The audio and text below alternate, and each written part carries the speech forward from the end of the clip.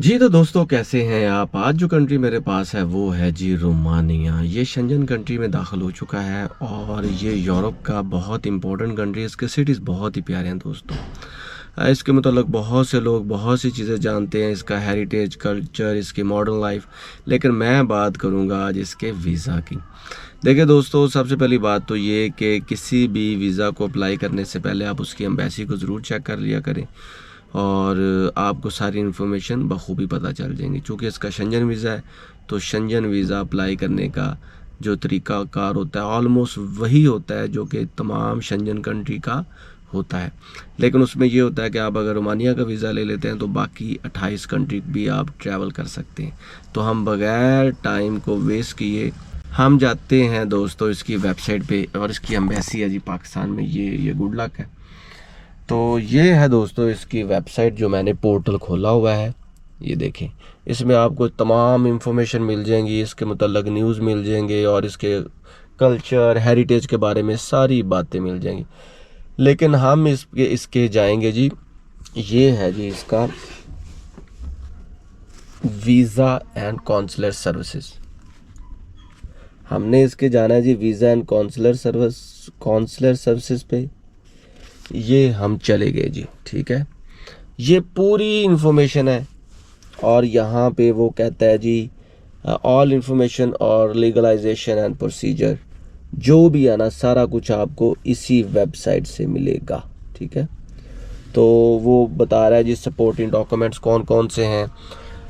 उसमें supporting documents में definitely आपके पास confirm return ticket, hotel booking, उसके अलावा आपके पास अगर इनविटेशन लेटर हो तो वेल एंड गुड, नहीं तो होटल बुकिंग भी चल जाएगी। आपकी बैंक स्टेटमेंट 15 से 20 लाख प्लस आपके पास अगर आप बिज़नेस करते हैं तो NTN और ये तमाम चीज़ें। इसके अलावा दोस्तों आपके पास अगर जॉब करते हैं तो जॉब लेटर और आपका पासपोर्ट वैलिड होना चाहिए, पुलिस करैक्टर सर्टिफिकेट भी होना चाहिए, आपने इंश्योरेंस खरीदी होनी चाहिए और वो 30-33 हज़ार यूरो को कवर करती है, जो कि आपको एदम जी से या किसी भी अच्छी जो इंश्योरेंस कंपनी है वहाँ से आप परचेज़ कर सकते हैं। ये वही डॉक्यूमेंट्स हैं जो कि हम दूसरे वीज़ास के लिए होते हैं। कि इसका फॉर्म होता है, उसको फिल करना होता है और फिर आपको अपॉइंटमेंट मिल जाती है। अपॉइंटमेंट के बाद आपने तमाम डॉक्यूमेंट्स को लेके जाना होता है, वहाँ पे 90 यूरो फीस जमा करनी होती है सिंगल एंट्री की।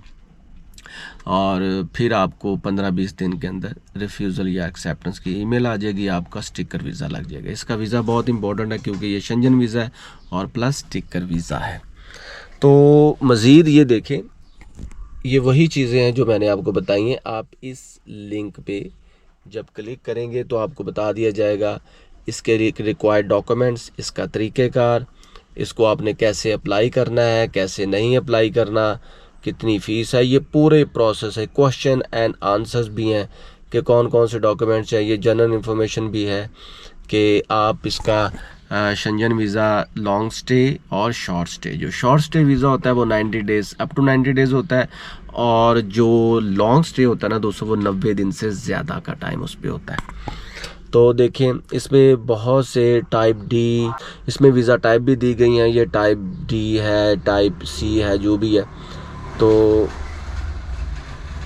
इसके अलावा आप कैलकुलेशन भी कर सकते हैं कि आप वहाँ पे कैसे कैसे रह सकते हैं, क्या क्या चीज़ें हैं। यकीन करें अगर आप इस वेबसाइट को एम्बेसी की पढ़ लेते हैं ना तो आपको कोई शायबा ही नहीं रहेगा कि कैसे अप्लाई करना है।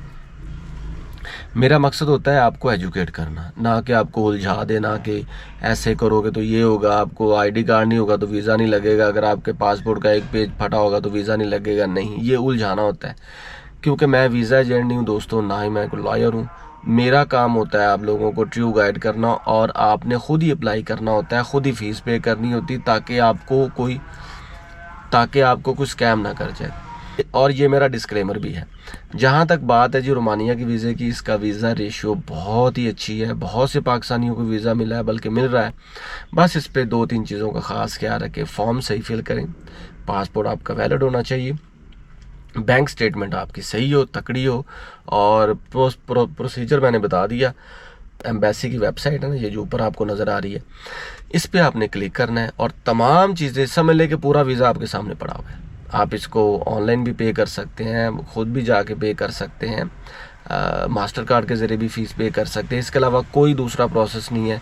अगर आपको ये कहता है कि भाई मुझे इतने लाख दे दो और मैं आपको रोमानिया का वीज़ा देता हूँ, तो समझ लें कि वो something wrong at the bottom.